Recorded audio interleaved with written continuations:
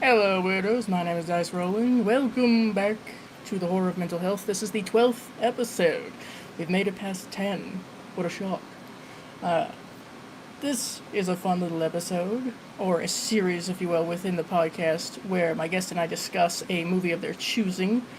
The goal is not to judge or review the movie based on whether or not it's good or bad. It's to explore the significance of it regarding mental health in the life of my guest. And today, we have a special guest, Christian of Planet CHH, joining me. How you doing? How are you doing? It's Doing good to all be right? here. Yeah.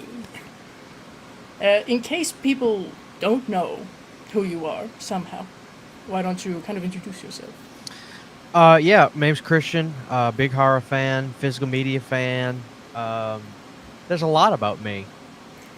I don't really know where to begin. Same. Honestly, I don't know. Like, what you see is what you get, right?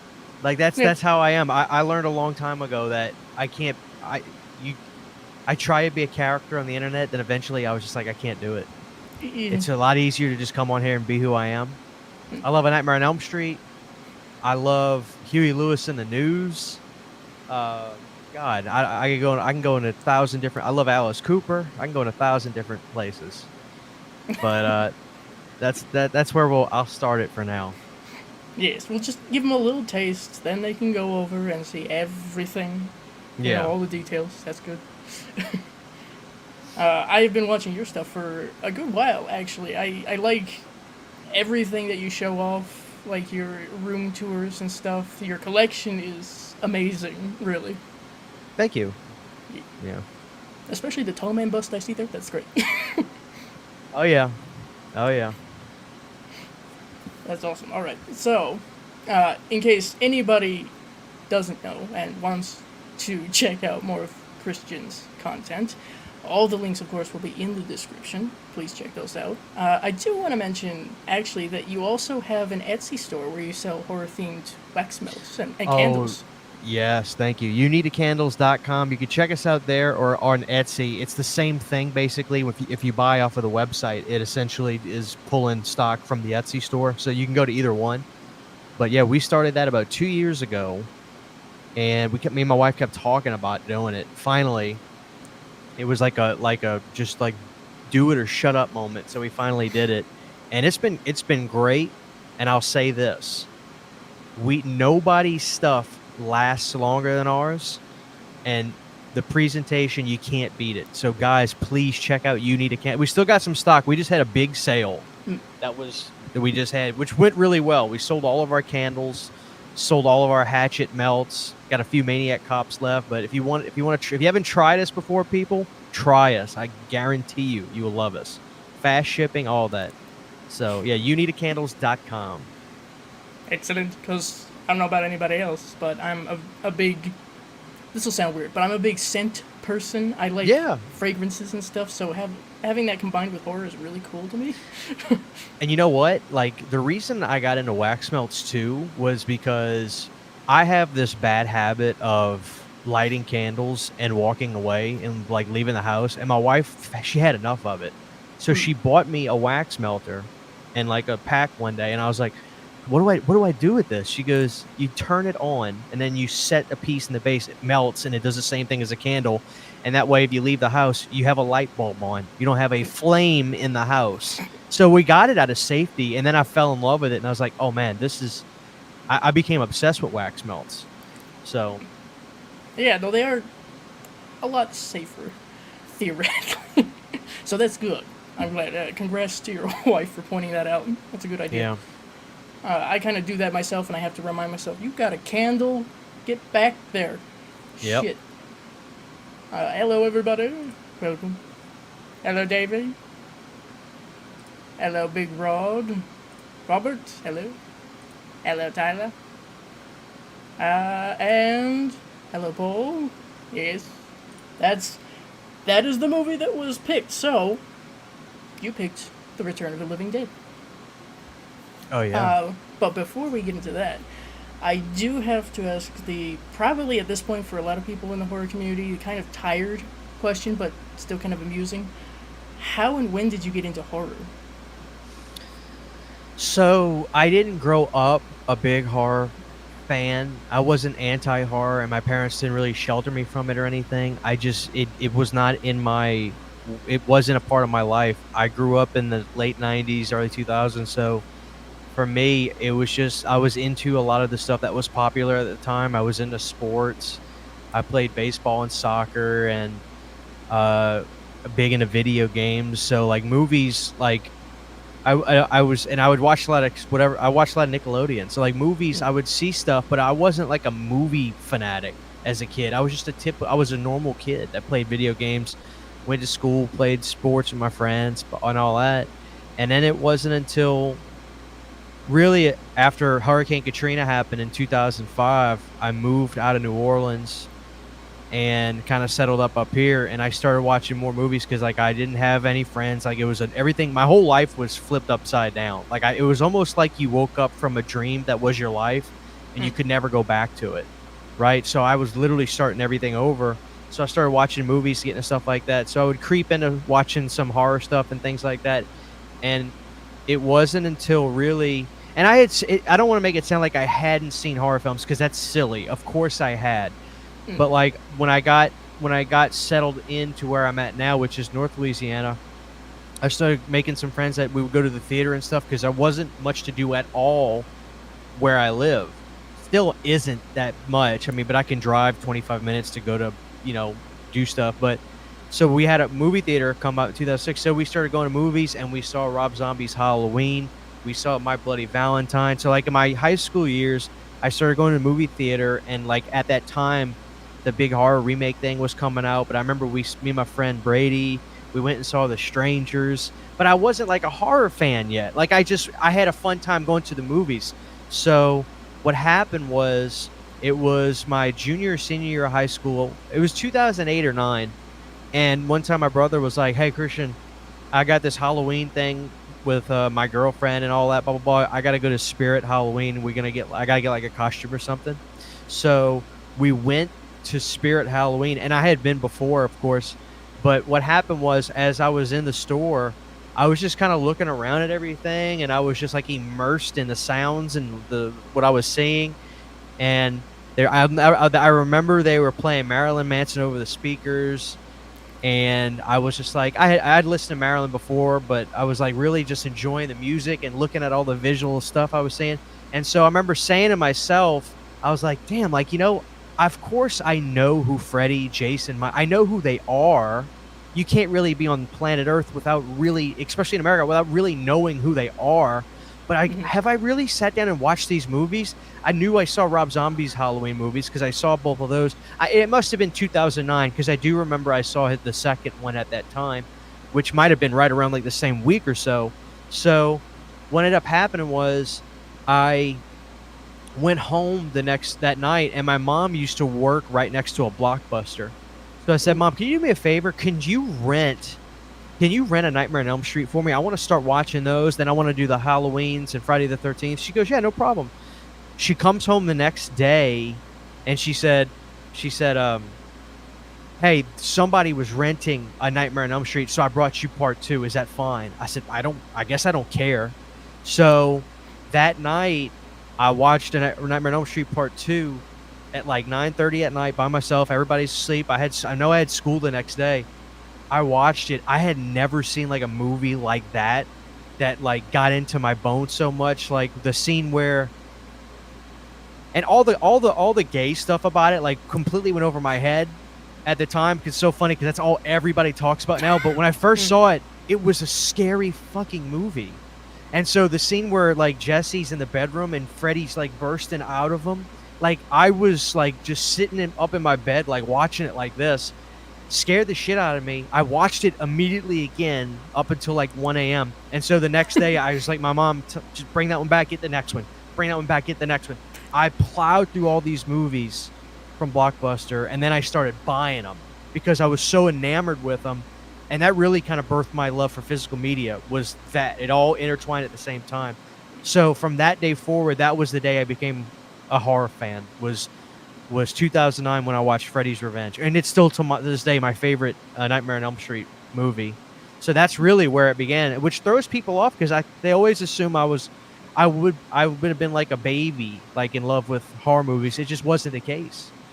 Now I'm late to horror myself, later than you even. So, no, it's a lot of people so far who I've had on. It's usually like I was 5, 6, 8, whatever when I got into horror. But I do love that it was Freddy's Revenge that really kind of pushed you into the genre because that's my favorite of the franchise as well. Cheers. And Yeah, it's now it's great. getting a bit of a resurgence. We're happy. Yes, it makes it so much nicer. Yeah. But the movie that you picked to talk about today is one of your favorites, I know, and that's The Return of the Living Dead. It's my favorite, Yeah. hands down. It's Return of the Living Dead. Yeah. It's my favorite movie. Period. Fair. It's a lot of fun. I like to watch it quite frequently. So, I'm glad to be able to talk about that. And with that in mind, do you think there are any mental illnesses or disorders that are represented in the movie?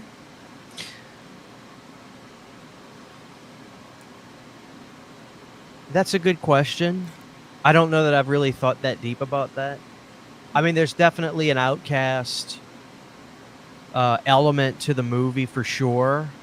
There's definitely something along those lines. Um, I wouldn't say no, but I don't know that I could pinpoint them at this time. I'd have to sit That's fair. down and you know what I'm saying, and Yeah. actually keep that question in mind as I'm watching it. I know it's a movie that definitely resonates with a lot of people that probably feel some type of way, Yeah. like myself. Yeah, no, especially in the horror genre, I'm sure what's represented as the punk group, for lack of a more detailed term, I'm sure that's a very good point. Outcasts who essentially have to face this threat alone, really, Hmm. is kind of an interesting concept. So I'd have to really think about. That's a good question. I'd have to really sit down and think about that. If it pops into my mind or something that I have, then I'll spit it out. But yeah, that's a good question. oh, and I froze for a moment. That happens once in a while. Anyway, living in the rural area is great, but is what? How do you relate to the movie? I guess is the best way to put it.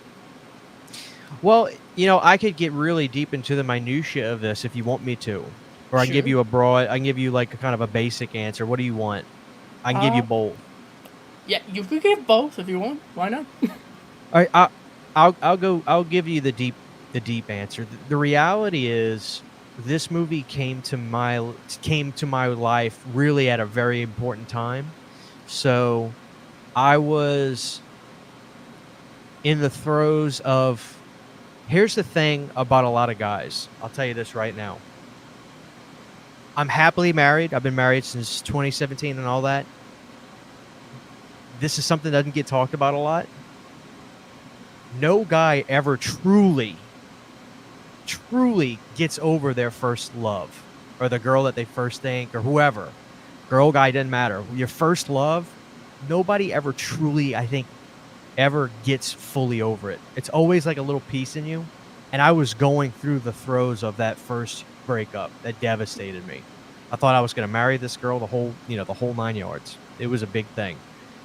And I was robbed. It was so bad that I was robbed of the taste of, and it's not, I'm not blaming the person. I'm just saying like the Situational. situation Yeah. robbed me of the taste of food, the enjoyment of sleep, or the enjoyment of movies. Like I was so drained emotionally. When your life's okay and everything's going good, I mean, we still deal with stuff every day, but when things are okay, it's like this vanilla Coke tastes good, or watching a movie or watching a Chris Farley film, you can laugh. But when you go through something that's emotionally draining, you can't enjoy anything. It's impossible, right? Yeah. So I was going through that really bad at the time, and I was doing everything I could to get over it. Like I looked myself in the mirror. I was fighting it. I was trying to win her back, blah, blah, blah.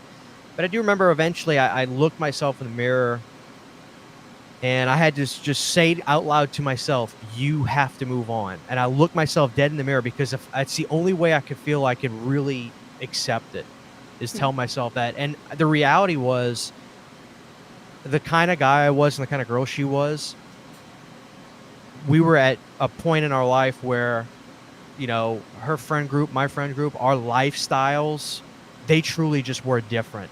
And I was starting to become more of a, I don't know if you want to call it scene kid. I don't know if you want to call it, I don't know if you want to call it just a punk guy. I don't know what you want to call it per se, but she was getting ready to, alternative. She was getting ready to get into like the big, party lifestyle, doing this, hanging out with friends, drinking, going to parties, going on this, that. And I was a musician and I was more into, writing stuff and just like, hey, let's just go in the back porch. Let's smoke. Let's hang out. Let's just talk. I was not the social butterfly. Not that I'm saying I'm a social butterfly now, but I've been doing this online thing for a while, so I'm pretty comfortable at that, right? But our personalities and our styles we were really changing, right? And I was starting to get into horror big time, and I was watching different kinds of movies, and I was into, this, that, and the third. So when this all went down and I finally accepted I needed to move on, I did feel like, man, it's my fault. I was the problem. I wasn't an emo, although I don't have a problem with emo people. I don't have a problem with emo music. I used to listen to that, but I don't. Like, what was going on was my band, for the record, at that time was Him, which was not healthy because I was listening to like 20 hours of Him a day, which is so depressing, right? Great band. I love Billy, one of the greatest singers ever. But I cannot recommend anybody listens to Him for hours on repeat all day long, right? Might not be wise. What happened, and this is long-winded, but I apologize. So this is what happened. Like I said, this movie came in at a perfect time.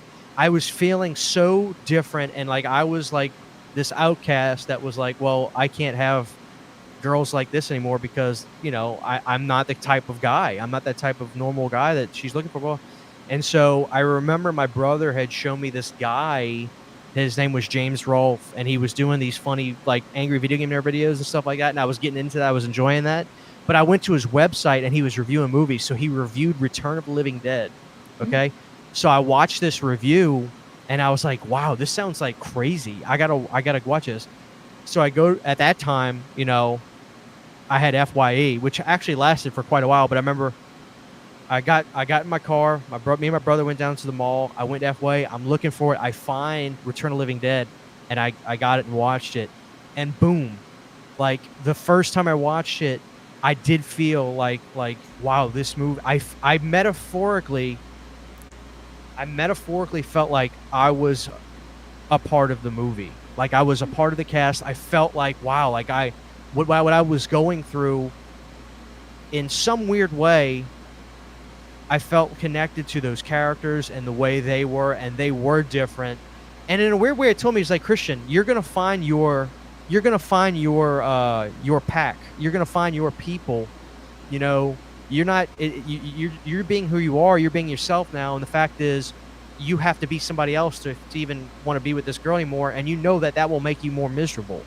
You're not into that stuff. You're not into doing that kind of stuff. So I just felt the movie resonated to me on a big level, but also it was a mental health movie for me as well, because to me, music really is medicine, right? Yeah. And I was experiencing and hearing bands like 45 Grave, Young Fast Iranians, TSOL, and bands like bands like from the soundtrack from that movie for the first time, and it became like medicine to me. I was falling in love. I was like, wow, this isn't Green Day. This isn't Blink.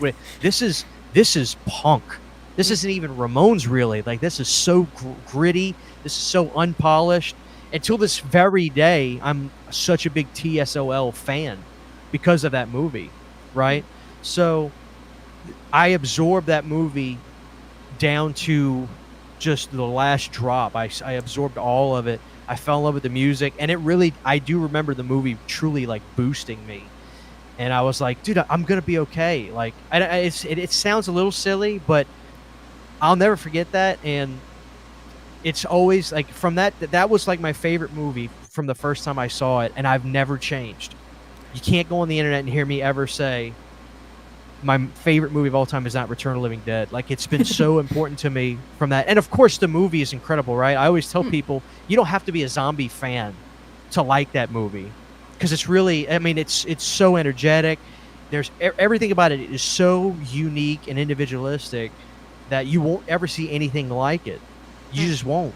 So that's what the movie did for me, right? So when I say like, you know, what did that movie, like, what does it mean to me? What did it do for my mental health? Like, it really was the best antidepressant in the world for me at that time, right? And so whenever people talk to me about it, I'll have a little bit more of a glow, or, you know, I won't shut up about it, because that's how much I love it. So yeah, I mean, that's the story of how I fell in love with Return of the Living Dead, and why I love it. No, that's great. I like that.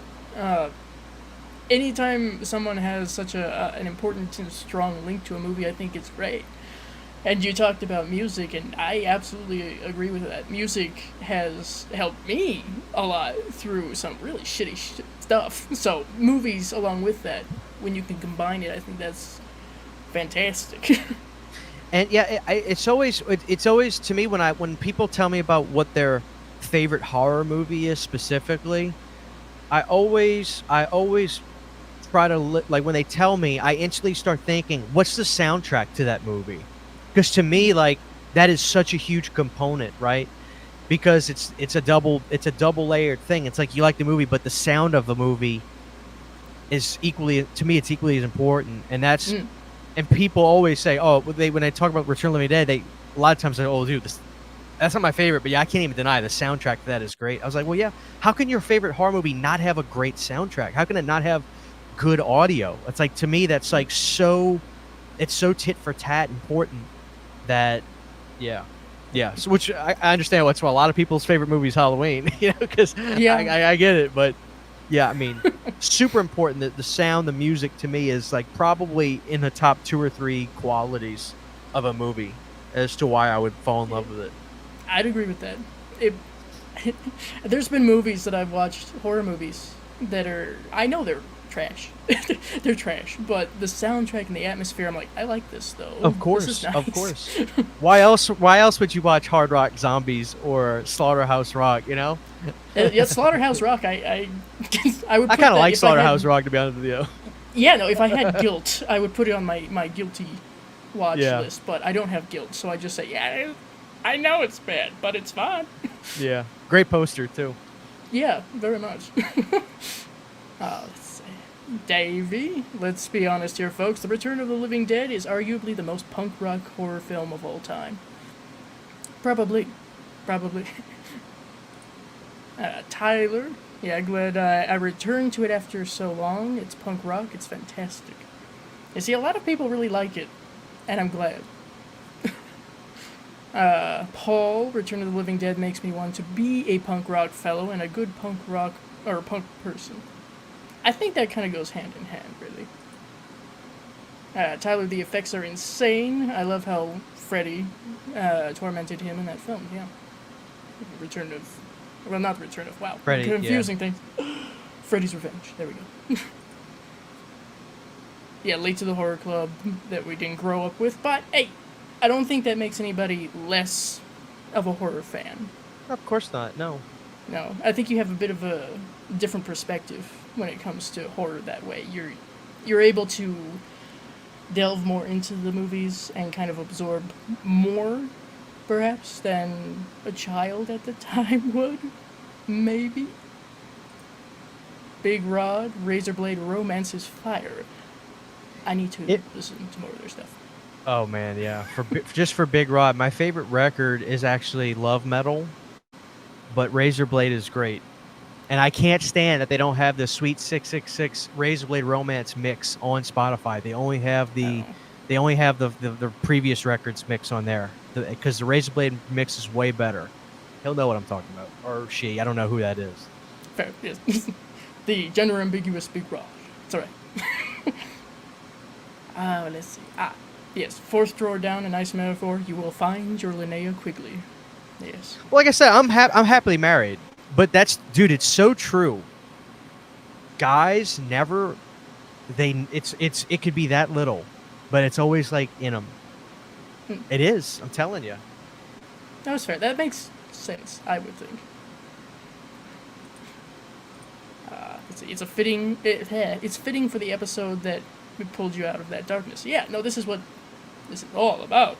So that's a very good choice and a very good background to it, I would think.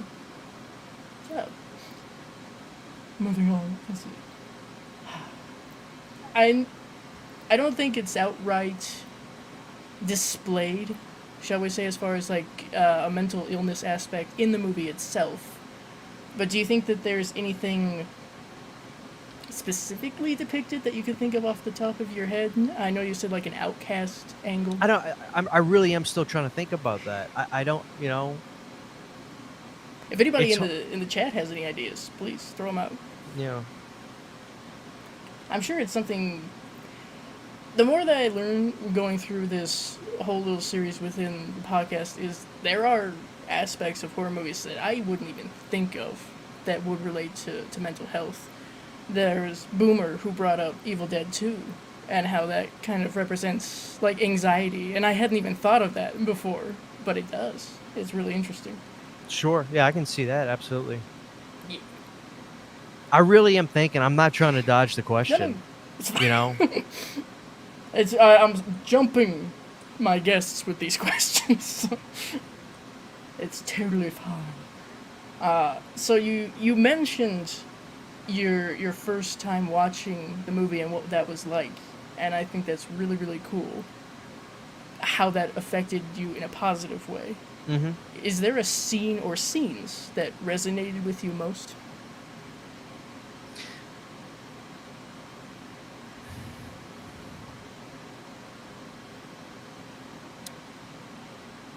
Maybe not necessarily a scene per se. It was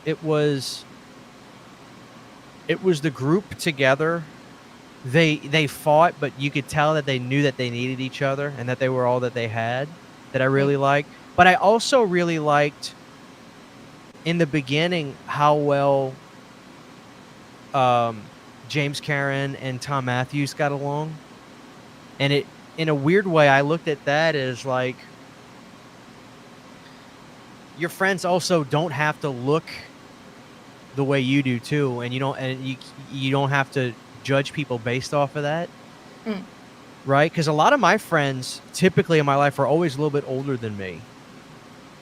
Yeah. You know, and something about the way that those two were it's such the camaraderie between the two, and the which is another reason why I think Return of the Living Dead is so good, because within literally 2 minutes, you fall in love with them, talking together and being around each other, and like you almost don't want that section of the movie to end. At least I don't. So I think in a weird way, to me, like that move, like seeing those two together, also kind of made me say, it's like, dude, you don't know people. They may not look like you, but that doesn't mean you can't get along with them and have great conversations and become friendly with people like that may be older than you or look different than you. So that's kind of what I got from that scene as well, you know? So yeah. there's a few, yeah, there's a lot. That. Yeah, there's that. And really, like I said, with the punks, it's just like, it's not pretty. You see him fight, and you know, when Suicide's driving, he's pissed off. Suicide might have had some, and I'm not saying it jokingly, but as a character, he might, I don't actually know. He seemed like he was in control, but he also didn't, right? Like there's a scene in the graveyard there was where an interesting. It's like, yeah, and it's not even that he was necessarily hot or cold, because he was still pissed off, but like there's moments where he has no control, where he's like turning around while they're driving, and then Scuzz has to take the wheel. But there's also the scene where he's like, y'all don't get it, like this isn't a costume, the way of life, which is kind of a funny line, but like he seems like he's in such control. I do wonder, does he have some sort of imbalance there? Because he can flip out, then he can be, yeah. He's like, I don't know, you know. But I metaphorically take away stuff. Like I take the scenes from the movie, and I interpret it the way I think it is, and then I implement it in my own life. Yeah. If that kind of I do that. if that can kind of work as mental health, that's I the closest think thing I can so. really think. So No, I think so. There's different aspects. There's no like one way. There's no one way to do this, which is great. We like that. I was gonna say that, like what you brought up, the whole punk group. There's the one girl who I think every time someone watches it and I'm around, they're like, how does she fit into this group? let's She go just fits in with the group. going back to what we were talking about with James Cameron and Tom Matthews. They don't they're different ages. They don't look the same, but you know, They all come together for some shared commonality, friendship, yeah. something of the sort. Yeah, and I do like the chemistry between our two male leads at the beginning. That's great. They're fun. Oh yeah, amazing. They make it work. They get us invested, and then they bring in some more characters, and then all shit flies off the handle there. So, are there any horror movies that you avoid?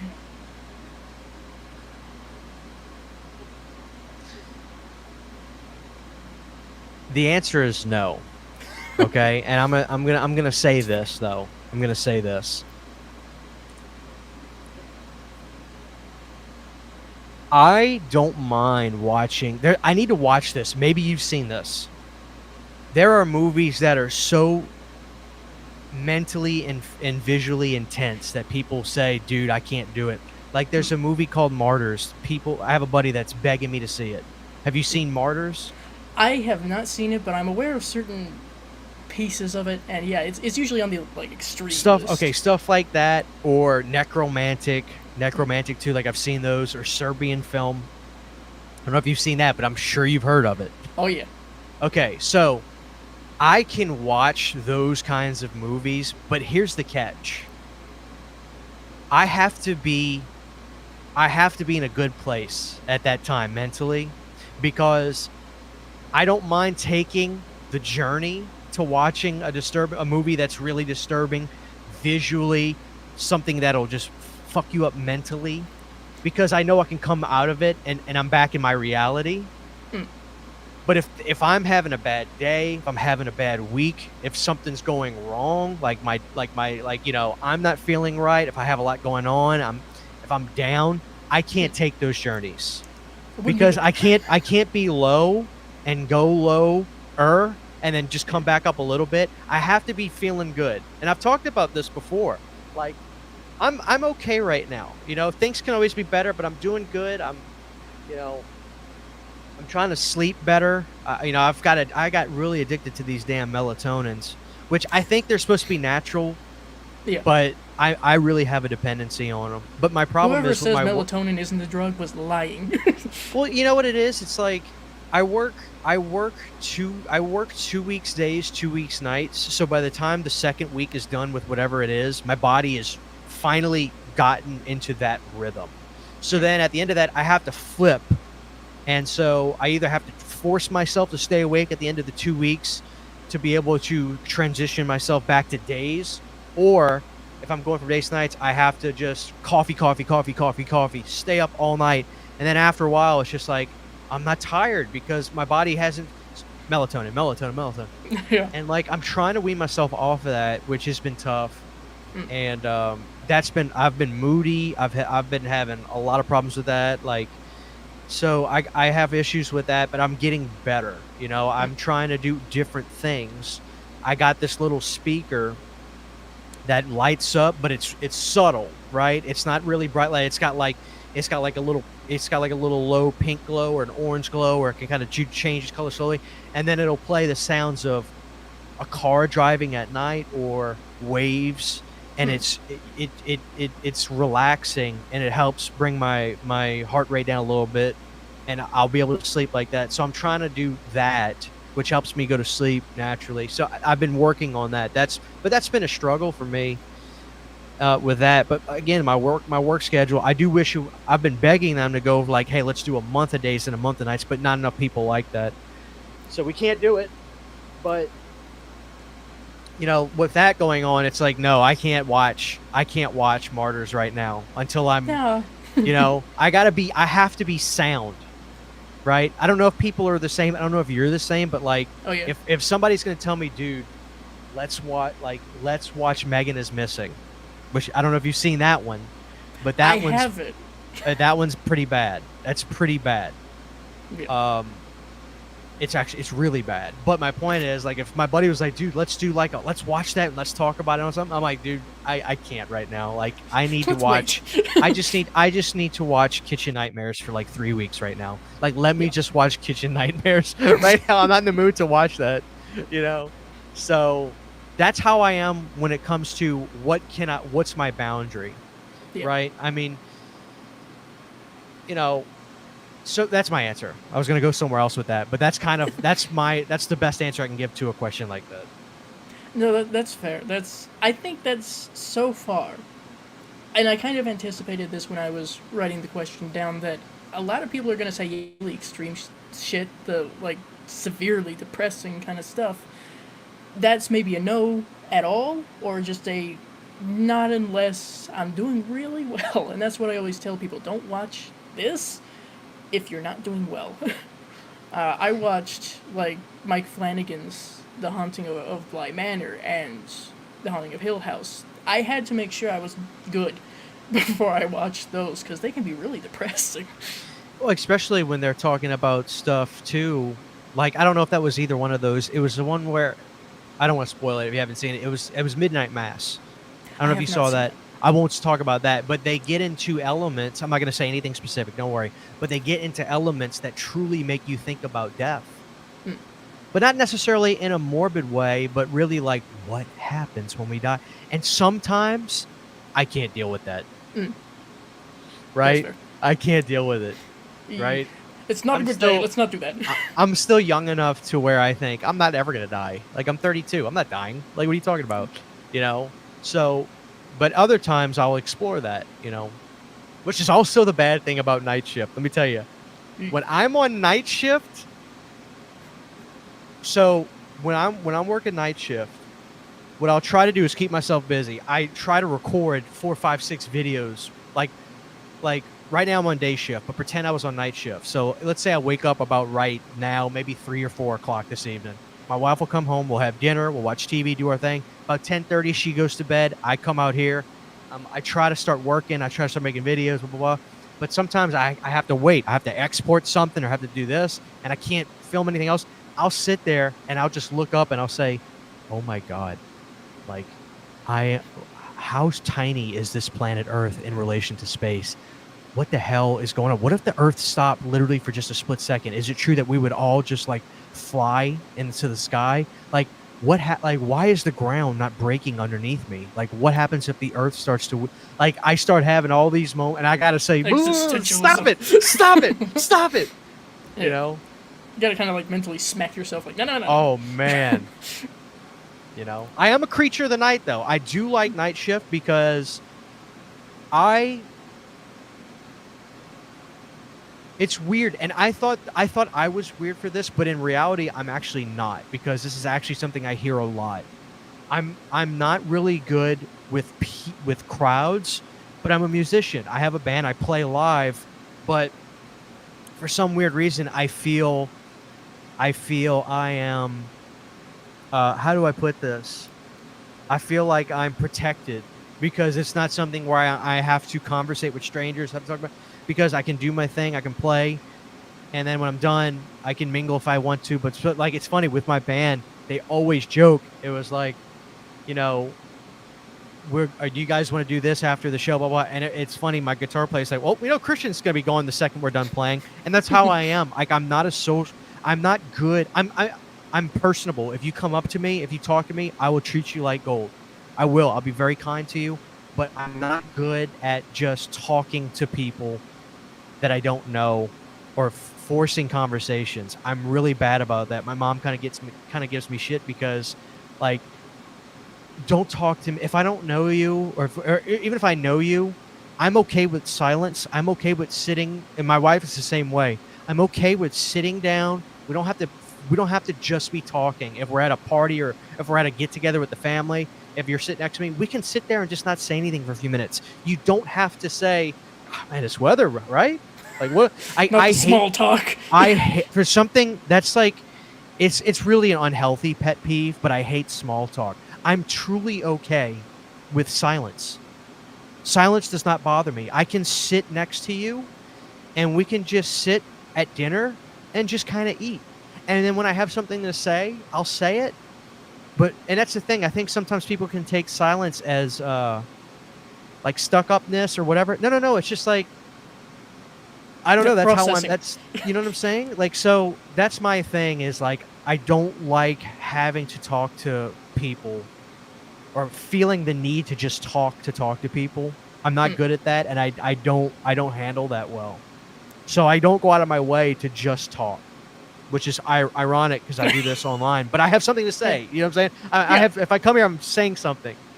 There's something of interest. There's a topic to discuss and explore.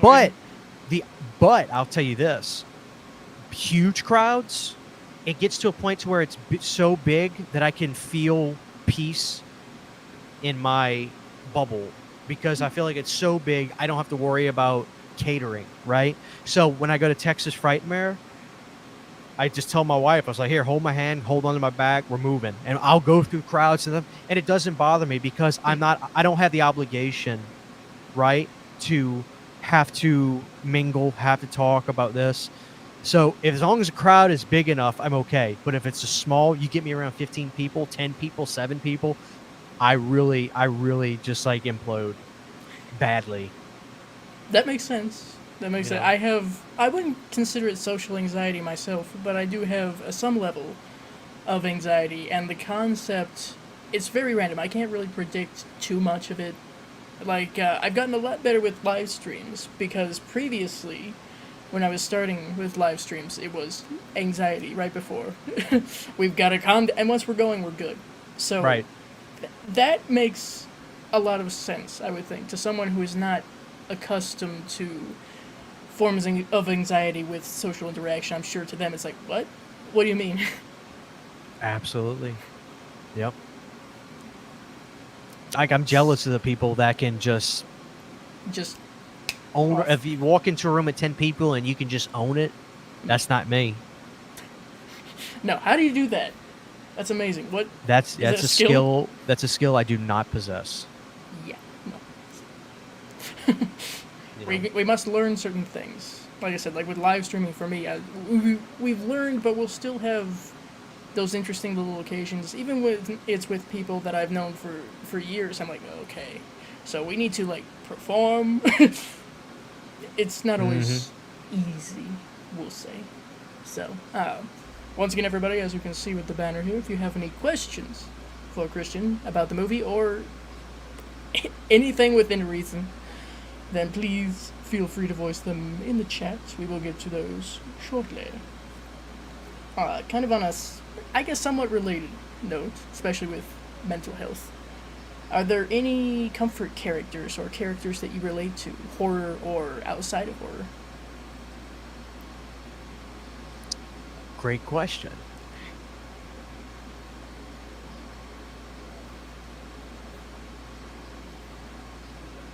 You know what? This is going to sound a little bit weird.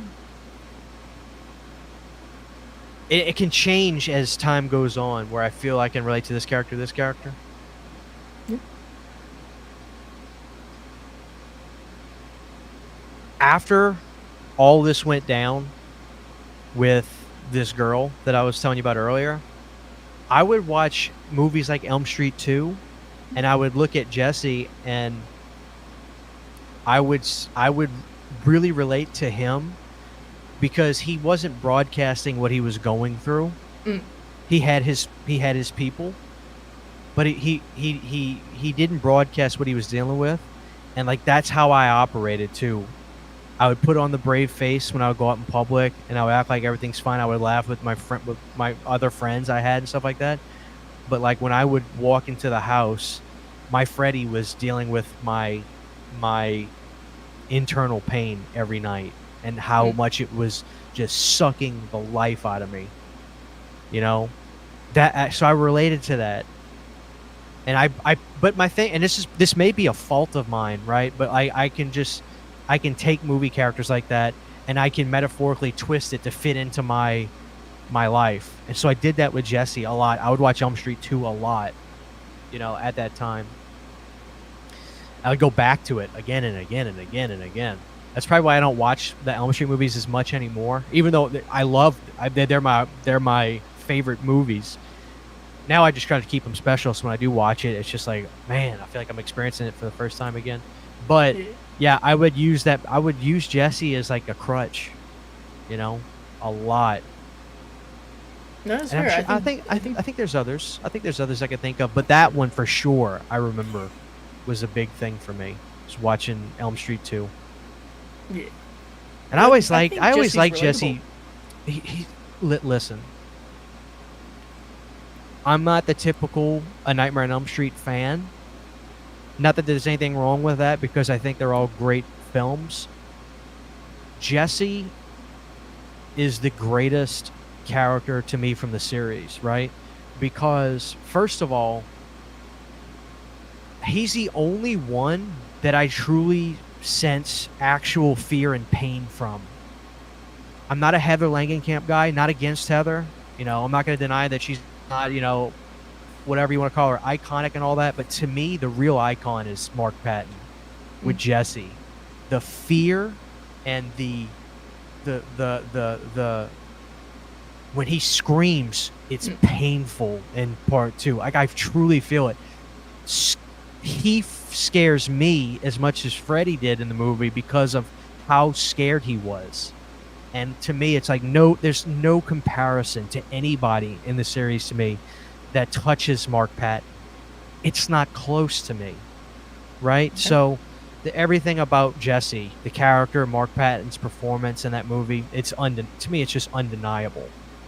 Which is also, I think, another reason why I can put him into what I was dealing with at the time, because it was so real, how scared he was in the movie, that like I just felt it. So like, man, my pain that I was dealing with, to me, was as real as how scared he was in that movie.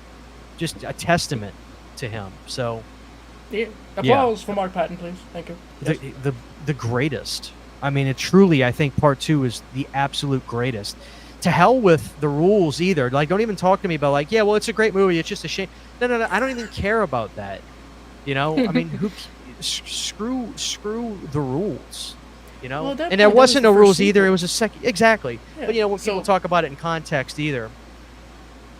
And then when people do ask me, it's great now. Like, it was a little different 10 years ago. It was just like, yeah, it's just it's just gay movie now. Now I love the fact that it's talked about. It's like, dude, that's the gay horror movie. Like, it's set in a really cool way. And I agree. Yeah. That does make it, but to me, that's one element that makes it great, but that's just one element to it that makes it great as well. So I love it so much. Same. And I agree with everything you said. I have no issue with Heather Langenkamp or Nancy. I think great actress, great character. But if anybody asks me who's your favorite character aside from Freddy in Nightmare on Elm Street, it's Jesse. Like I said, he's a very relatable guy, a very relatable character for everybody. Yeah, and when you perform that well, like I said, I really think you can grab something from the performance a lot better. Like, I get why people love Heather and all that. She's the strong woman and this and that, and that's great. But that's not what, to me, I'm just being dead honest. Performance-wise, forget about it. Forget about it. Mark, I believe Mark's pain and fear more than anything in the series. So it's not even close. I would agree very much. But well, it's better, like you said, better than like 5 years, I would think, than now, because of everything that Mark Patton has done to bring awareness to the movie, everything that everybody else who said, fuck you, no, I like this movie, has done to bring awareness to the film. So, hey, we're making progress. That's nice. Absolutely, Yeah. And if anybody hasn't seen Scream Queen, My Nightmare on Elm Street, please do. It's really, really a good documentary. I didn't know any of that. That besides, I'm not necessarily by that point the movie, yeah, right. Yeah. But I didn't know what his life was like. I had no idea who he was dating, how they died of AIDS, and how he was suffering himself. Like, no idea. No clue. I didn't know he fled to Mexico because Yeah. I saw Never Sleep Again around 2012 or 13, and he was in it. So I just assumed, no, you know, he's around. he's around, right? They had to get a private investigator to find his ass. You know, I'm glad they did, in a way. I know that it was a snowball effect, I feel like, through that gave us Scream Queen and why he's kind of come back to the spotlight. And I'm glad. I'm glad in that way, at least. absolutely. Yeah, now he's doing good. I got to meet him at a convention a few years ago. I say a few years ago. Time flies so fast. It was 2015. I got his autograph right there. It was a few years ago. Yeah, and he was great. I told him, I said, listen, I can't give you my life story, but dude, I can't tell you how much your movie was to my life and all that. And he was so cool. He goes, I do know. Like, so, and I knew, like, what he meant by that was, he was like, I know that this movie does mean a lot to people. And even though I don't know your story, I understand. So he was really cool. He was really cool. And one of the nicest. I'll tell you what, though, you know who was amazing to meet from that movie was Robert Rustler. The funniest guy ever. I loved Robert. I got all my Nightmare 2 autograph stuff is right there. Robert was amazing. Funniest guy. He'll just treats you like family the second you see him. So that's great. He seems like it, so I'm glad to hear that is awesome. the case. That's awesome guy. It seems like that whole cast really was nice, but especially Mark Patton, Robert Russell. They really were. Jack Shoulder is a little not salty, but like he's just like he's not. He doesn't laugh. Jack Shoulder's not a guy that really laughs. He was cool, but I'll tell you who else was great. I forget his name, so my apologies. He was the coach. Oh yeah, I met it. He's right over there. I got his autograph too. But awesome. He was also really, really cool. I've sometimes you're able to kind of pick up what a person is like through the screen, through interviews and stuff like that, and he seems like that. Marshall Bell, yeah. And I always assume if they're really good at being, a jerk or an ass, that they're probably pretty cool. Probably, yeah. Like the girl from Friday the 13th 7, the blonde hair girl, Susan, whatever. She was such a bitch, but everybody in the documentary is like, dude. The irony is, she was probably the absolute nicest person on set, and then everybody kind of says that Laura Park Lincoln was kind of the snootier one, which I'm like, I can totally believe that. I can totally believe that. It's usually like you said, the ones who are playing these absolutely horrendous people, and nicest person ever. Yeah. It's like they bottle up all their anger so they can put it out easily. They're just they're releasing. It's fine, don't worry. Yeah. All right, let's see. What other movies would you put on your personal list of horror mental health?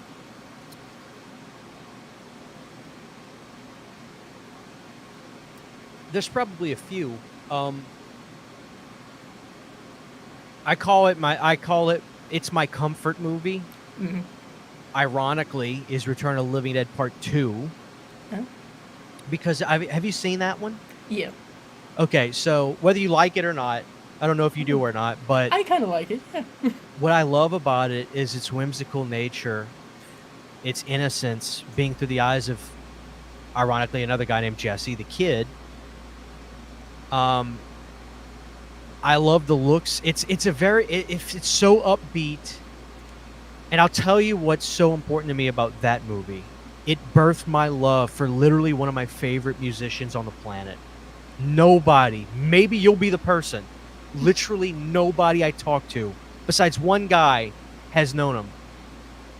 In the soundtrack to Part 2, there's a song that plays in the beginning when the guy's driving his truck, the military guy, and it's this upbeat kind of song. And I was like, what is this song? I'll look into it. It's a guy named Julian Cope, who used to be in a band called the Teardrops Explode. Then he went solo in the mid-'80s. I fell in love with Julian Cope from that movie so much. He put out my favorite record on the planet. It's called St. Julian. It is 80s new wave alternative non-commercial pop. His lyrics are very eccentric and weird. He speaks in metaphors. It's gorgeous music. And that record, St. Julian, has become literally, if you're going to say, Christian, what's your favorite record of all time? It's St. Julian. I've fallen in love with it. And the only reason I know about Julian Cope is from Return of the Living Dead Part 2. I can never thank that. I can never thank that movie enough. I'm serious. So that's a comfort movie to me. I love the movie because it's so upbeat. It makes me feel like a kid. I can forget my issues. There's a ton of movies. Like for me, I can watch movies. The way I can answer that in my own way is I like to watch movies sometimes that can take me back to either a time in my life that was extremely happy and peaceful. So for instance, people can talk about how much they like or dislike Rob Zombie's Halloween movies, and they're right, whatever they think, right? It's not a matter. I'm not going to say this to change anybody's opinion, but I'll tell you this: what I like about watching Rob Zombie's Halloween sometimes is remembering while I'm watching it how pure of a time 2007 was, and how pure of a night it was where my friends, we got off of school on a Friday and we went to the theater, and some of us weren't old enough because it was NC-17, or you had to be 17 to go in, and I was 16 at the time, but the theater just was like, whatever, you guys just go in. And I just remember how blissful of a fun night it was. Whether I like the movie on this occasion of watching it a little bit more or less, sometimes that's completely irrelevant. But that is so rewarding to me to be able to sit there and just feel good thinking about my friends that I was with and that night and how fun it was. That's the kind of movies that, to me, either give me comfort. Ask me the original question again, though, because I don't want to stray too far away from it. I'm just telling. This is where my brain is going. No, right? it's fine. Comfort. I mean, to me, comfort and mental health. That's the same thing. But whatever movies you would put on your own horror of mental health list, essentially, it's really not too for my own, or do you mean like movies that deal with it per se? Because I want to try to answer this as best as you want it. Either way, really. It's. I think it's highly up to interpretation, because I think everybody has a list of like comfort horror movies. Yeah, and sometimes they can involve mental health. Yeah. So. Well, I can tell you movies that I think a movie that does deal with mental health in a big way. I did just come to mind is the movie Jacob's Ladder. I think is a big one, right? But I'm trying to think of something that could be very subtle. It really is tough, though. I think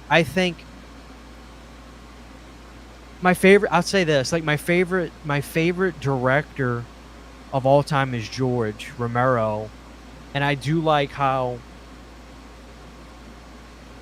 movies like Day of the Dead. I always say to my people when I talk to them, I don't think it's not about the apocalypse, right? But what I love about that movie is how we have to stop and realize, that movie is trying to say that we are our own worst enemy. We don't trust one another. We don't believe that we can help each other, because even in the throes of a goddamn apocalypse, there's power struggles in that group, right? Which may not necessarily be mental health. Like, I'm really trying, because it's a great question. It's a great question, but I'm also trying to think of something that's a little bit more like instead of something like blatant like Jacob's Ladder, which is obviously dealing with PTSD and schizophrenia and stuff like that, right? But it's something I wish you would have asked me this like 2 days ago where I could have marinated on this because it's a I really know, good yeah. question. You know? I do think I almost any George A. Romero film, to be quite honest, but Day of the Dead, yeah, I automatically knew what you were talking about as soon as you brought that up because it is essentially like a character study. Yeah, there's zombies, but what the fuck are these people doing? Right. That's what I love George. Just brilliant. I wish he was still alive. Yeah, I'm sure there's other stuff. Like I said, that's such a good question. You know, I'm looking around, just like like I'm looking at I got Tales from the Dark Side, the movie. Well, that's about a mummy that Steve Buscemi buys. You know, yeah. I don't know. I'm looking like I see The Craft. You could look at the characters from that movie with Nev and I forget the main girl's name. I loved her. Sarah, I think. Well, like the actual yeah, the character. Oh, okay, yeah. But my point is, like, you can look at a movie like that. There were definitely like some of those girls were troubled. They had bad home lives, especially Nev, which I actually like Nev in that movie better than any Scream movie. I really like her in The Craft. I saw her in The Craft before I saw the Scream movie, so I'm like, ooh. I like The Craft a lot. Yeah. You know? I don't want to give too much dead air. I'm literally just looking back here, looking at stuff that would be cool to say. Oh, there's a movie from the 2000s called May. Have you heard of that? May. Early 2000s. Yes. That's a great example of a girl who no normal home life, no sense of purpose. She lacks the feeling of acceptance, and she's begging and going at deep lengths to get it from this guy. You know, and then the whole movie's eventually about her building the guy that she wants. It's a great movie. It's a great movie. It's from like 2003 or 4. It's really good. I like that. That's a good example. Like I need to stop because I guess I don't want to just keep turning around. We'll be sitting here going, hey, you know another one. Yeah. This one. No one's gonna think of this one. Hold on. No, that's what's really fun. I think about well, like this series. I thought it was such an interesting idea of like, no, I'm gonna talk to someone and say, you pick whatever horror movie you want that has to do with horror and mental health, however that is interpreted to you, and we'll talk about it. And I think that's really, really cool. Like I said, Evil Dead 2 specifically was one that was brought up, and I was like, are you sure? And when we were talking about it, I was like, no, that makes sense. Okay. So yeah, it's really a very interesting thing to delve into. Yeah, next time you're watching that's a good perspective too. Yeah. Yeah. It's quite fun, I think. Maybe not always fun, but you get the idea. Do you think, in your own personal opinion, that horror films in general are cathartic for people dealing with mental illness? My gut answer is yes. You know? But I don't know, and it could really depend on the person and the movie, but I think in a broad sense, I think it's safe to say that it's great escapism, whether you're watching something that's dealing with a horror or a terror that is worse than what you're dealing with yourself in your own life, or just the sheer escapism of it, to not have to deal with what you're dealing with for an hour and a half, which may be why movies are important to people in general. Yeah. But I think with horror, what's so, at least in my life, what's so unique about it is the ability for the movie to not truly end when the movie ends while I'm watching it, and I can take it with me mentally, emotionally, and it sticks with me. The things that I like the music. When I finished watching Return of the Living Dead, I was like, that was the first movie I remember watching after I was dealing with what I was dealing with, where I was like, felt like, wow, maybe I'm gonna be fine. I know deep down I was, but like right now in this moment, I don't think I'm gonna be fine. But I remember watching that, and I immediately like started listening to the music right after that, and it was just like it got me through. And then I kept listening to this music, and I'm watching these movies, so I think the answer is yes. And there's obviously going to be minutia, and you could get personal accounts from people to give specifics. But I think in a broad sense, initially the escapism of it, I think, is great for people.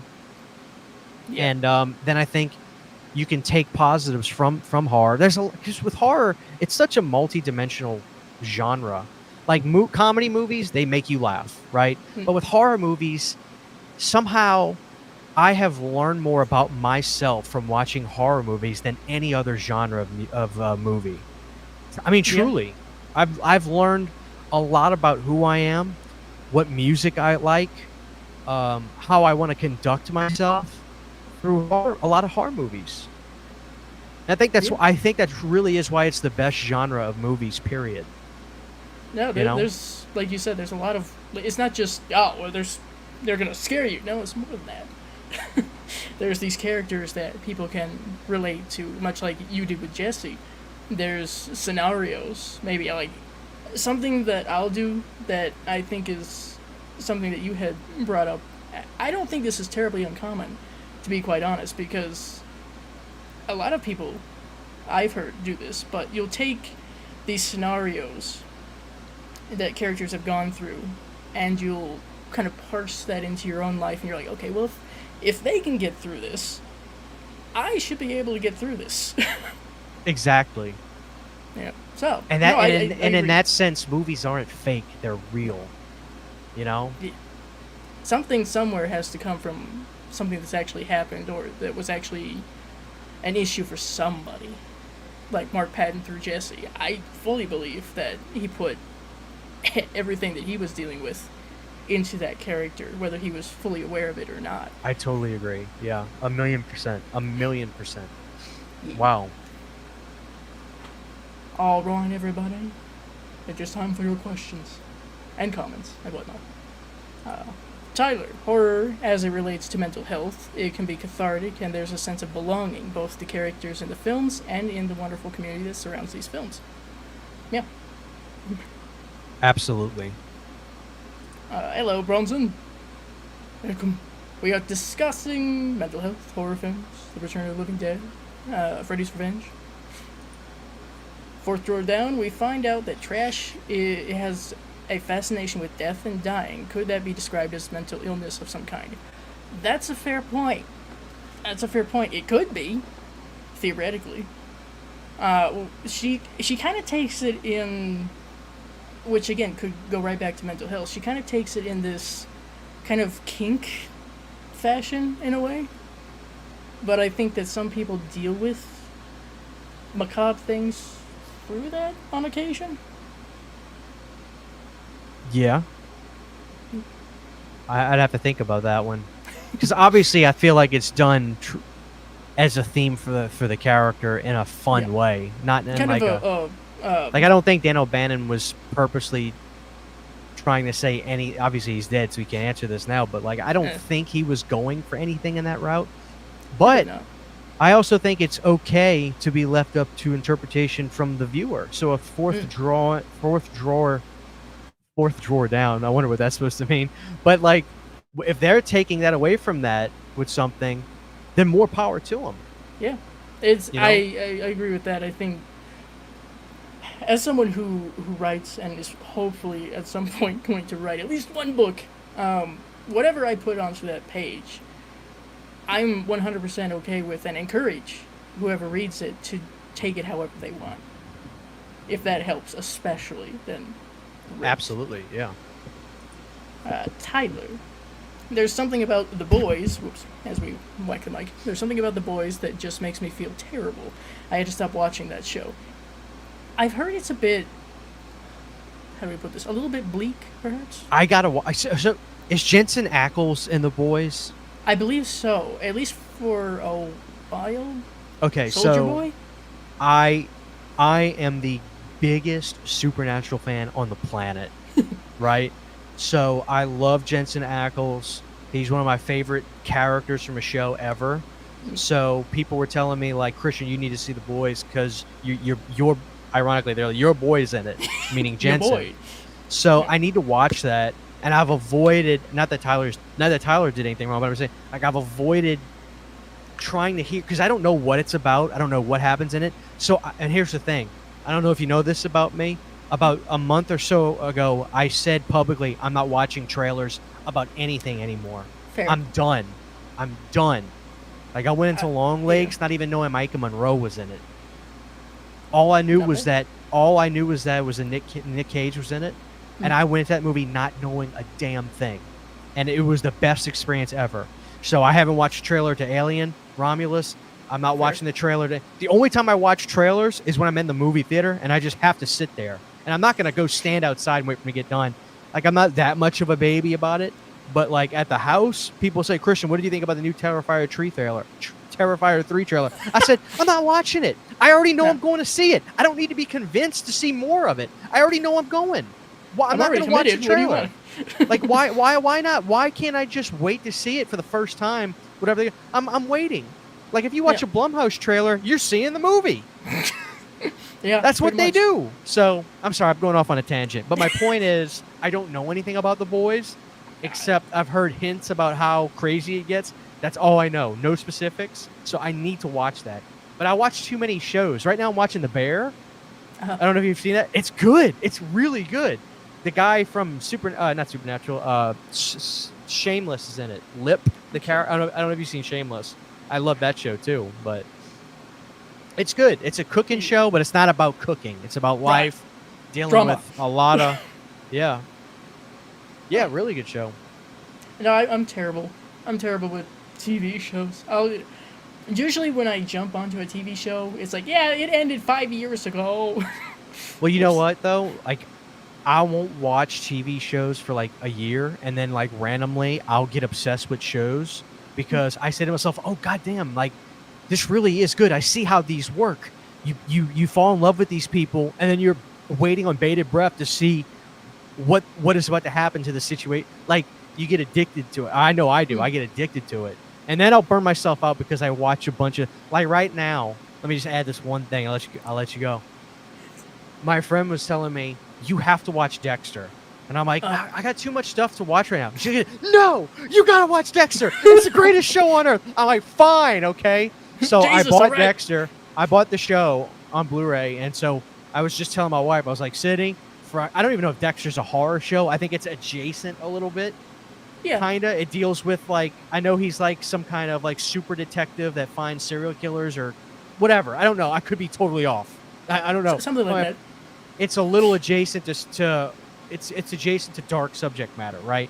So I told Sydney, I was like, when I get this October 1st, we're gonna just watch as much as we can for the month, right? So that's gonna be my October is watching Dexter. Yeah. So anyway, sorry. I don't think that's a bad thing. No, I don't think that's a bad thing at all. Well, that's great. That's why we're on the podcast. That's fair. The Boys, I really don't know very much about either superheroes. I gotta watch it. I gotta finish The Bear. Then I have to finish Walking Dead. I've started watching Walking Dead. I've gotten pretty far, but every time I would talk about it, people would say, it's about to get real shitty. And I'm like, maybe it is, but like, you guys are killing my spark. Like, leave me alone. Don't ruin the vibe. Like, I know it can't stay good. Not every season be great, but like, I stopped talking about it. Like, people would say, dude, what happened? Why aren't you reviewing the seasons like you were? I was like, because every time I say it, you go, next one gets shitty. I'm like, why am I you guys are killing me. Like, I'm not going to talk about it anymore. Like, you're kind of killing the fun here. You know? I kind of gave up on watching trailers myself. I would do the occasional like reaction trailer or whatever, but I kind of stopped doing that just because. And look, that's cool. Look, I get it. Making content is making content, right? Sure. I don't do trailer reactions. I just don't do them. So, literally the only reason I would watch a trailer is to literally just see stuff from a movie that I either typically know or not know I'm going to go see, right? Yeah. So my point is, why even bother? Yeah, I like to go into horror movies, especially as blind as possible. That's what I did with The Black Phone. Luckily enough, I just didn't catch any of the trailers, and I was able to get into it pretty blind, to be quite honest, and I enjoyed it more, I think, because of that. So I totally get that. Yeah, there you go. Tyler, I'm an introvert and crowds terrify me, but nothing is better than performing music on stage for an audience. I love it. I miss doing it. He There's understands. a bit of a difference. It's interesting. Well, it's like you don't have to converse. If Yeah. you're protected, right? You're like a little bubble.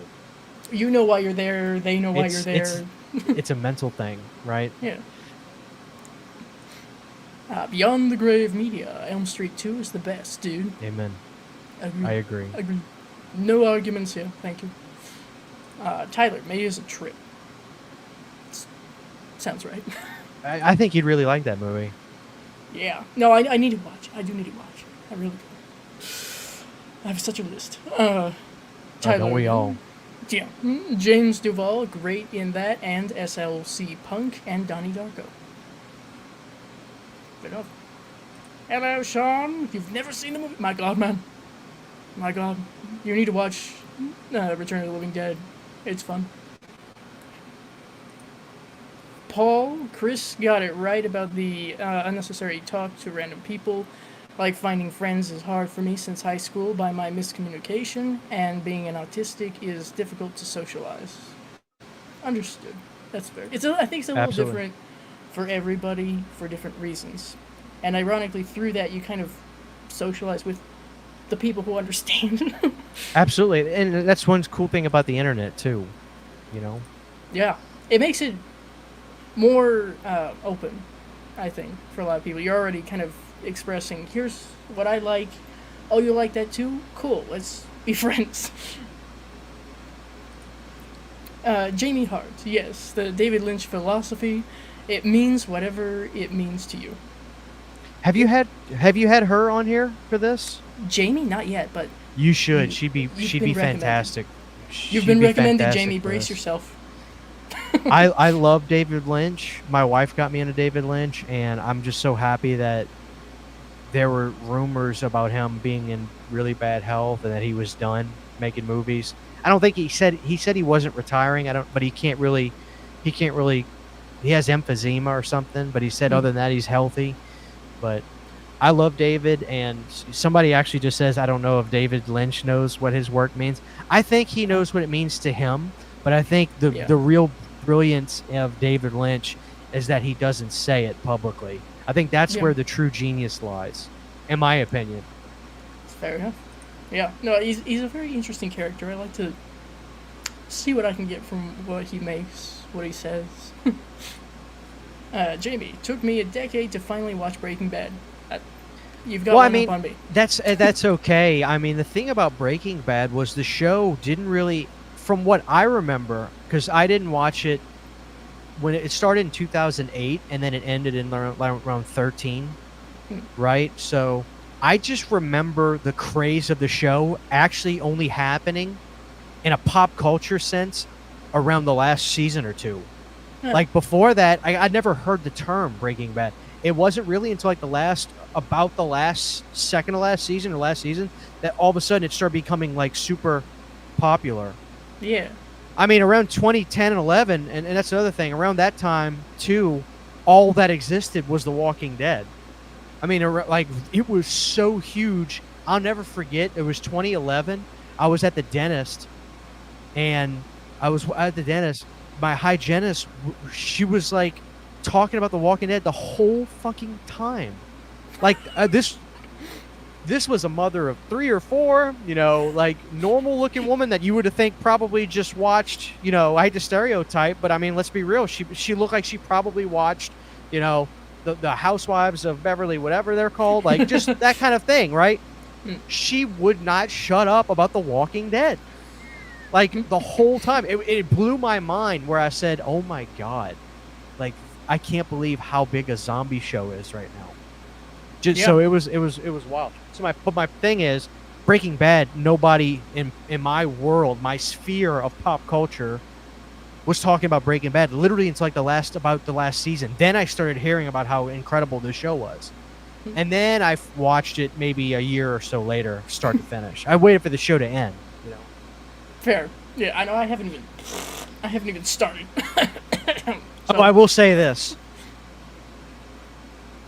You look like you got a little bit of punk rock in you. So Oh, if yeah. somebody comes up to you and says, "Hey, this is the greatest show ever. You got to see it." There's probably a little bit of you that's a little rebellious, and you're like, "Fuck that! I ain't watching it. You don't know what the best thing is." Listen to me though, okay? I'm from the same. I'm cut from the same cloth. When I do say it's one of, let me put it to you like this. Breaking Bad is so intense. I literally have to stand up watching some episodes when I was watching it. It's so gripping, nail biting intense. I physically have to stand up watching it. No show on planet Earth has ever done that to me. That's how good it is. I will easily tell you whatever you think is the best show on earth. My answer is watch Breaking Bad, and then you tell me if anything ever comes that close. That's how good Breaking Bad is.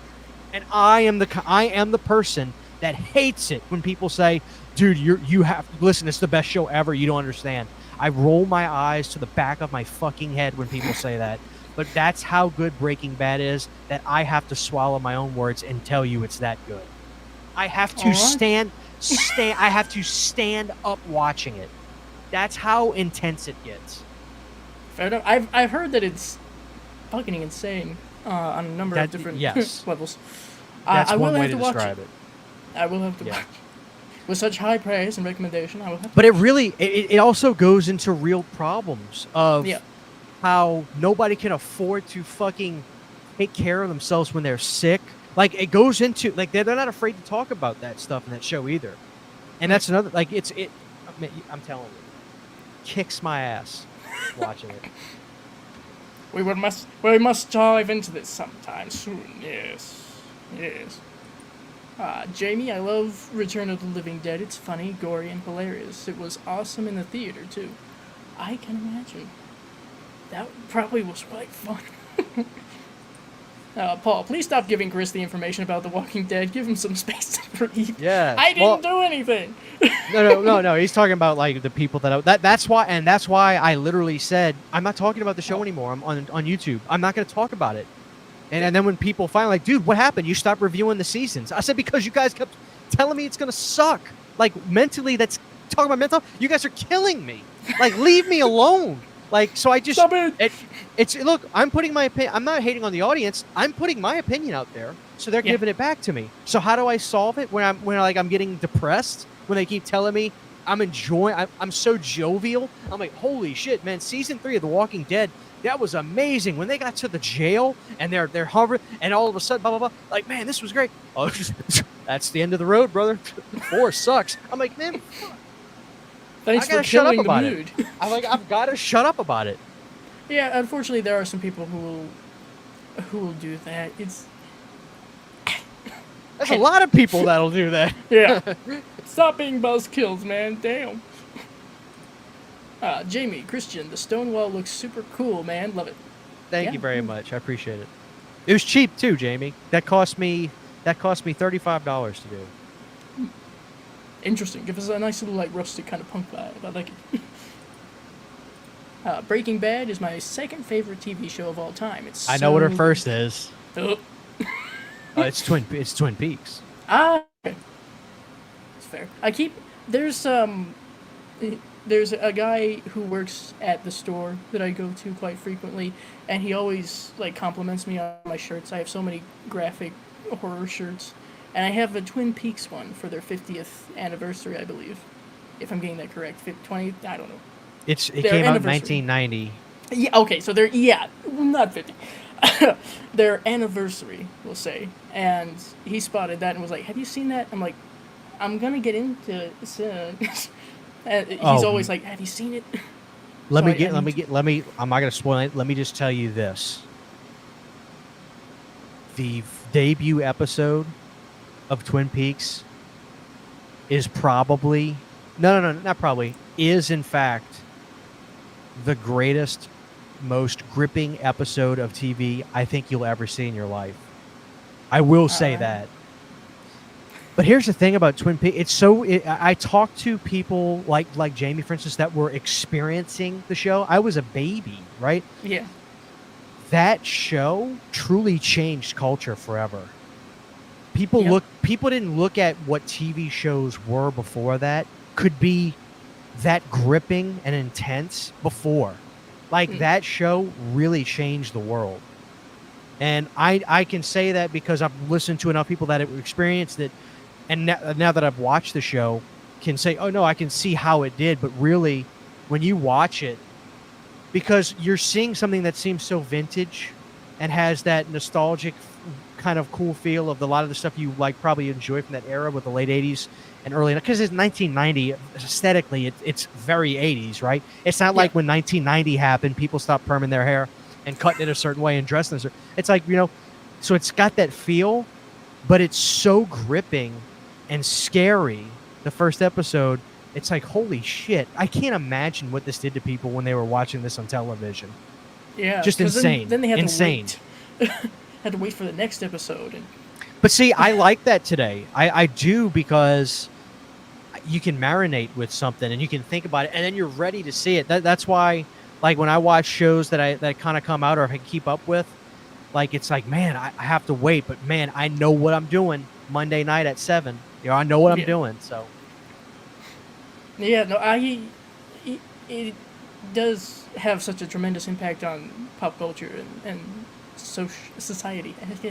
Because I know, just on Twitter, I don't even follow anything specific for Twin Peaks, and I know whenever the main character arrived at Twin Peaks, I know every time, because someone's sharing it and someone else is sharing it. And I'm like, Kyle MacLachlan himself gets in on the fun, and he'll like there's the thing, he was like, Diane blah blah blah blah blah blah, and he says the time arriving at Twin Peaks, like that day, that date on Instagram. He's got his thing with him. He's posting on Instagram, so he gets all in it with the fans. That's awesome. Yeah, I like to hear that. That's fun. Who doesn't love Kyle MacLachlan? Like, who doesn't love him? Like, he's one of the greatest. Oh, let's see. Paul, to be honest, I never watched Breaking Bad. Sorry, I never heard of that show besides Kid Me watch a Breaking Bad parody with spoilers, but I ended up confused. Oh. Damn. Jamie. Yes, Twin Peaks is my obsession for life. It's fair. I could think of far worse. So, I've got Destiny and Brett from Good Reel to watch Twin Peaks, and they love it. Makes me so happy. That's also a fun thing, is sharing something you really enjoy with somebody else, and they like it.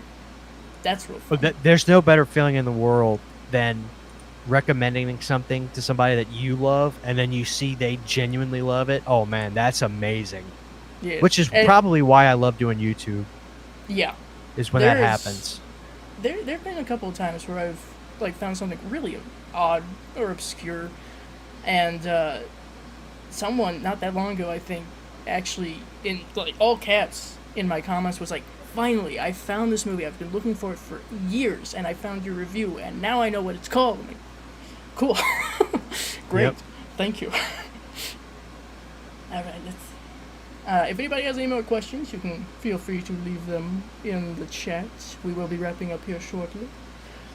Are there any other films by Dan O'Bannon that you enjoy? There are. He did a movie called The Resurrected that came out in 1991. That's an H.P. Lovecraft film. That's really good. He didn't direct a whole lot. He was a writer, right? Yeah. So obviously he's famous for Alien. But The Resurrected for sure. As far as directing, besides that, I don't know how much more he actually directed. That's maybe fair. a few things. But The Resurrected is a great H.P. Lovecraft movie that not a lot of people have seen. Came out in 91. It stars Chris Sarandon from Fright Night. Yeah. He stars in it. Sensational movie. It's a really dark, gritty. It's kind of like Color Out of Space. It's that feel. It's this weird, horrific sci-fi kind of movie. Really good. And the guy who did the music was Richard Band, who I had got the ability to interview him a while back, and we got to talk about that movie and when he scored that movie and working with Dan, who he said he loved Dan. So, That's The Resurrected, sure. He might. I don't know how much more he directed, but my honest answer. So I don't know that and I don't know that I've seen. Maybe I've seen them. I don't know if they did. It was just through luck that I actually saw the movie. Didn't realize he directed it, but The Resurrected for sure is a. If anybody's gonna wonder like what's a movie I should watch that he directed, I would say The Resurrected. Great movie, really good movie. Not many people talk about it either, so I'm always curious about movies that are kind of like that. So, and Chris Sarandon, that's cool. I like that. All right. What would you like to say to anybody listening who's dealing with any sort of mental issues right now? Oh God, you're gonna put that on me? Jesus. The easy questions. No. I appreciate the question. You're not alone. Never be afraid to legitimately ask for help. And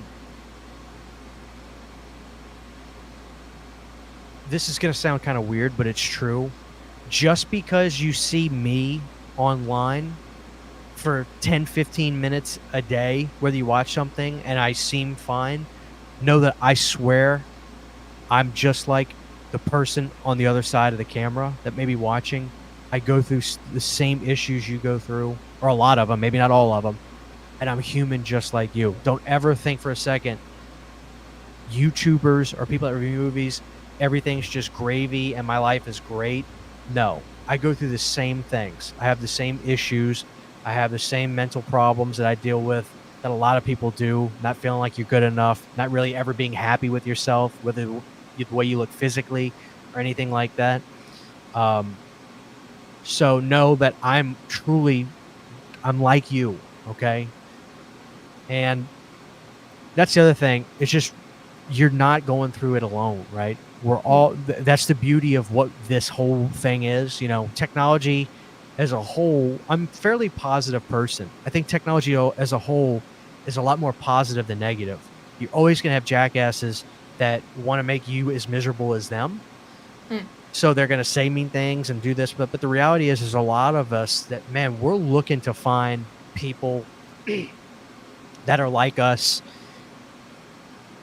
in our negative qualities, right? And the ways we see ourselves that isn't good, stuff like that. So, man, you're not alone. That's the best thing I can say. Yeah, that's the big message. I think that is sometimes really hard to wrap your head around, especially with what I've gone through. I can kind of understand that perspective. You would think, no, I'm alone. No, I promise you could reach out to someone that you've never even spoken to before, and there's a very good chance that they'll be like, how can I help you? I've gone through something similar. How can I help you? And this show you're doing is actually really good. I think it's really important. So I applaud you for this. And it's made me, it's actually really made me kind of think too. So it's given me some perspectives as well. Yeah. Well, that's all I can hope for from a series like this. When I was throwing the idea around, I got very positive feedback from people saying, do it. Okay. All right. So I'm glad to be able to do this. I'm glad to have such fantastic guests. Keep doing it and bring on as many people as you can. Oh, yeah. As many people who will want to be on. So far, everybody's been very open, very happy to do it. All you got to do, too, is if they have reservations, say, look, go watch the show. Yeah. Here's an example. Have a look. Don't look at it as a way to feel like you put on blast. Look at it as a way for you to have an opportunity, to talk and to help more people understand stuff. So, yeah, I think it's great. I like this a lot. Well, just like you said, we're all people here. Yeah, we're in front of a camera, but it doesn't make us any better or worse than anybody else. Absolutely. We're maybe a little bit louder. Maybe a little bit louder. Yeah, we got the microphones. Yeah. That's it. You guys in the chat, watching, listening, just as important. So, Jamie, Christian is awesome and one of the most human people in the community. Thank you, Jamie. I appreciate that. I always hear very good things. So that's why I was like, I gotta ask him. You know, there's a lot of great people out there. I tell you, this goes back to what I was saying at the beginning. My hope is that you learn something from a video that I do. A lot Yeah. of it is movie related with physical media and stuff, right? I really want to educate somebody to help them make an informed purchase, right? But through the video, I hope that you see that and this is the advice when people ask me about YouTube, what's something you would say? Not that you asked, but I'm saying just in general. So I'm not saying you need advice, is what I'm getting at. Yeah. Right? But never, if you allow yourself to be vulnerable, and I do this on my live streams too. If people ask me about something, I really try to answer it, right? I really don't like dodging questions. Especially if I know if it's a way for people to see, like, God, like, okay, Christian, he deals with this too. I didn't know that, or whatever. But if you can allow yourself to be vulnerable to your audience, you don't have to make it your whole personality. Don't get me wrong. That can be a problem too. If You all don't you have to do share is, everything. you know what I'm saying, that you can overshare. But if you can allow yourself to be vulnerable every now and again to your audience, and let them see that you deal with this or that, that's what's going to build that bridge. That's what's going to help you make that audience. So if you're doing something authentic, if you're being your true self, that's how I feel I've been able to grow my channel a little bit, right? You know, I mean, I put in a lot of work and effort, probably a little too much. I don't think what I do is healthy. I have content go up every day. I'm not saying that's the right way to do it, but that's how I operate. But when I do my videos, I try to make sure I'm talking to the audience, not at the audience. That's a big problem I see, is people that talk at their audience. Converse, don't confront. You know, especially if you don't like something, you know, don't lie, never lie, because your audience will see right through it. But talk to them. Don't talk at them. Don't make them feel stupid for liking something that you don't, or vice versa. And I felt that that's really been helpful, you know? So Yeah, I agree. It's very important. You can always tell as a viewer, even if you're not a content creator at all. You can always tell when someone's putting on a fake, whatever, a fake persona, not for the sake of a character, just trying to seem like someone they're not, or they're just mimicking opinions that they heard from somebody else. They're not their own. So don't do that. yeah, Just, and that just also, be you. I also think that comes with learning and growing too, because I mean, I started YouTube very young. I was 19 or 20, so I was very Same. impressionable, you know, and trying to figure out, you know, what the hell should I do or say. So you can literally see my evolution of maturing on my channel. You can see how I've changed physically, mentally. I mean, I'll say this. If you go back and look at my videos from 2012, 13, I had horrible anorexia. Horrible. I probably weighed less than 100 pounds. I mean, seriously, if you go back to my channel, my first 2 years, the worst. And I still deal with that. I've gotten the upper hand on it, though. And I did go to therapy and stuff for that, which this all ties into everything. Again, it was my own problem. It wasn't a girl's fault. I mean, it was my own fault. I decided that I was going to focus on something that was not healthy, meaning how thin can I be? And then I started hyper focusing on the scale, which I don't have scales in my house. That's a rule in my house, no scales, you know? So I started hyper focusing on my weight, and I remember one time I got sick and I lost even more weight. And so mentally I said, "Oh, I can get down to 110 pounds." Like, that's how skinny I was. I'm 5'11". I'm 6. If I stand up straight, I'm 6 foot tall. I'm 5'11 and a half when I got measured at work for my physical. But if I stand up straight, I'm 6. I was 110 pounds. And my problem was I was living by the scale, and that would dictate my emotions. If I woke up that morning and I was 111 or 112, I was not the person to be around. So eventually I had to get a grip on that. But my point, I don't want to get too much into that. Not that I'm avoiding. I can talk about that, but I don't want to turn this into a whole nother hour thing. But my point is, if you watch my channel, you can physically see I was going through it bad. And I went to therapy and I got stuff like that. And you don't conquer it, which is a lot of mental health. You don't conquer it, but you learn how to get the upper hand. You learn how to deal with it. You learn how to have more control over it rather than it having control over you. So about 2015, 16, I knew I needed to stop. I went to therapy for that. And my solution was scales are out of my house. There are no weight scales in my house. I don't know what I weigh. I have an idea, but I don't know what I weigh specifically. I know what pant size I want to be in, and that's as far as I take my weight stuff, right? Yeah.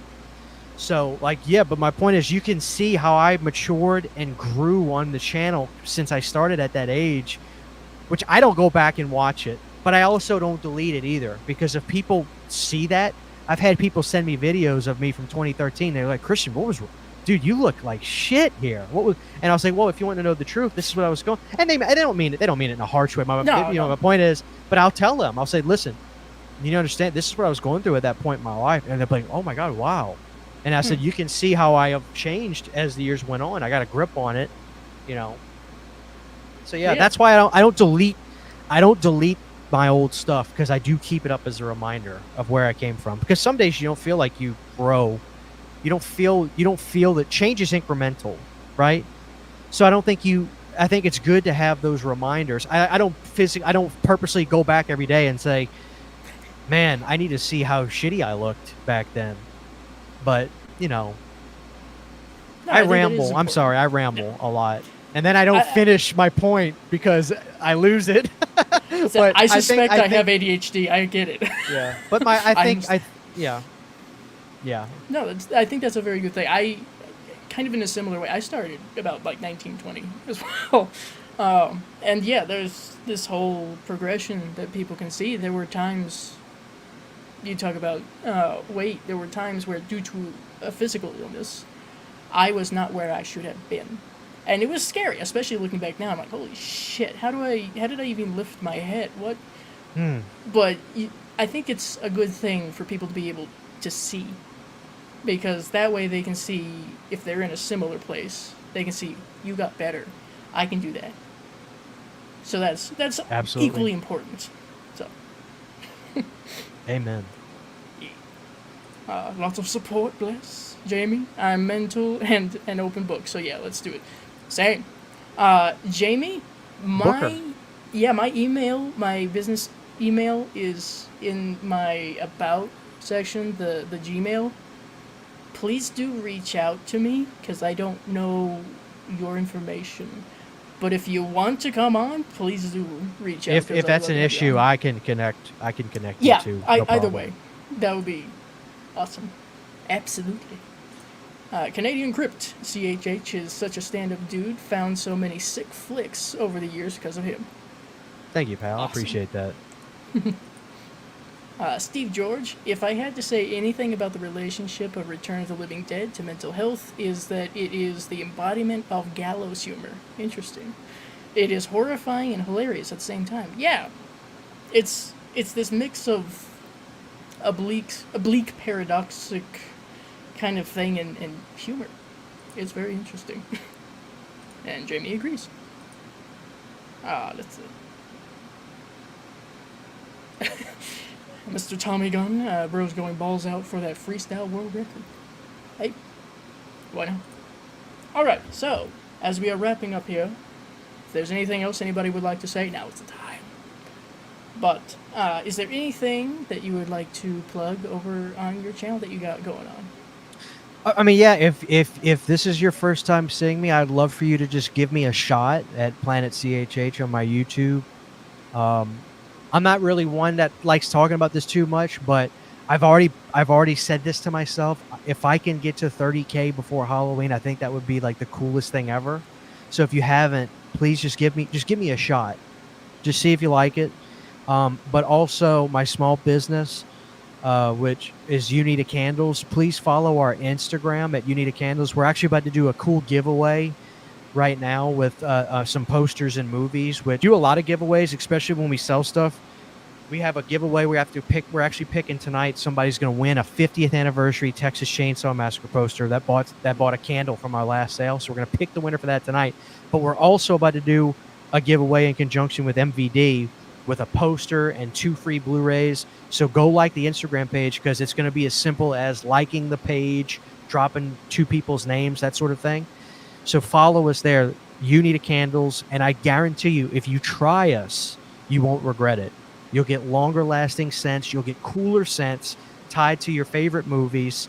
And when we do candles, they're amazing, and they last twice. We make thick wax. We do thick wax. We do heavy scents on them, so they last longer. You're going to get way more bang for your buck. I promise you, if you give us a shot, you won't regret it. You Need a Candles. Follow us on Instagram or go to youneedacandles.com and give us a shot. And as I said before, all of the links are in the description, or at least some way to link back to all of this. So do please check that out. I was watching the giveaway. I'm like, ooh, that sounds really cool. And I love those little pumpkins. You got the pumpkin containers. Those are fun. We actually see my wife. I'm the Billy Mays, right? I am the salesman. My wife makes all of it. She orders she had to special order those from a distributor months ago to get them. So she ordered them back in like February just to be able to have them for this sale. So it's not something that we could we sold out of them, but like it's not something we can just restock a lot. So when we do cool stuff like that, man, got to jump on those because they go. People love them. But it's amazing. Our customers have been sensational. We have a high, which I'm very proud of this. We have a very high return customer rate. Right now, about 60%, 60 to 65% are returning customers. We're getting new customers as we keep going along, but people are coming back because I'm telling you, just give us a shot. That's all I'm saying. Give us a shot. Man, you'll love it. And I know plenty of horror nerds who also like candles. Like, come on. Especially, yeah. If you're trying to get somebody to come over, hang out, you got to have that place smelling right. It helps. It helps. We've been in some funky places. It ain't good. All right, we're wrapping up here, everybody. Mr. Tommy Gunn, my personal favorite film about mental health, aren't they all in some capacity? Yeah. Is Wedding True from 1974. I haven't seen that. I'm not familiar. That's interesting. By Thierry Zeno? Intriguing. We'll have to check that out. Jamie, get over there and connect with Christian. He's got great content, and his candles smell amazing and have amazing themes. Get over there. There you go. Thank you. Oh, I bought mini melts. They're great. Excellent. Very good. All right. Well, thank you everybody in the chat for tuning in and contributing. I appreciate you all as always. Jamie, I'll be in touch, one way or the other. And I would like to especially thank, of course, my special guest, Christian. Thank you for being here and discussing many things, actually. I appreciate it. It was really entertaining, and it was really insightful, and I thought this was great. Yeah, thank you. Always good to have people not complain, but they apologize for like ranting or going. No, please. That's what this is all I don't finish. I lose my points that I'm making is the problem. I do. But hopefully people are able to put the puzzle piece together of what I'm getting at. Yeah. You get the idea. You understand. It's all right. So, if you stick with me here, as we sign out from a brief moment, as always, people, remember, if you happen to feel something oozing out of your headphones, don't worry. It's just your brain.